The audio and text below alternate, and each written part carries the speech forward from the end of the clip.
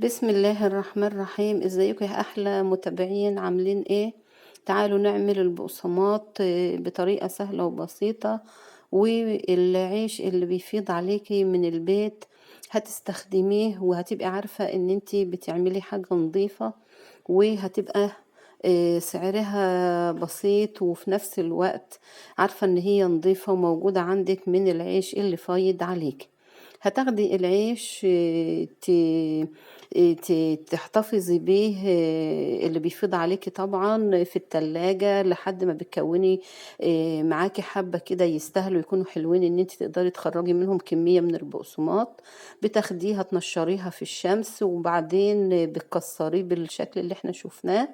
وبعد ما بيتكسر بترجعي تحمصيه في الشمس مرة واتنين وتلاتة لحد ما تتأكدي ان الرطوبة خرجت منه.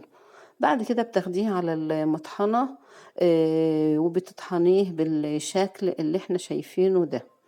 بيبقى معاكي والله العظيم جميل وكمية حلوة. بعد كده بتجيبي بقى البهارات اللي انت عايزة تضيفيها على البقسماط.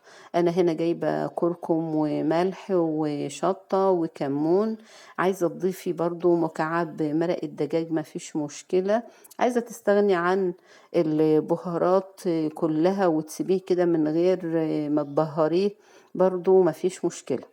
بتوزعي بقى البهارات على البقسماط كلها زي ما احنا شايفين بالشكل ده.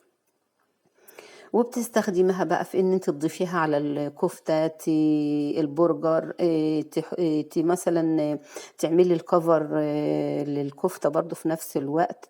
بيبقى معاكي بقسماط نظيفة وكويسة، وفي نفس الوقت مضمونة، لان انت عارفة ان العيش اللي انت وفرتيه ولمتيه واستخدمتيه بيكون نظيف، وبيعمل معاكي كمية كبيرة زي ما احنا شايفينها كده، وبألف صحة وعافية يا رب.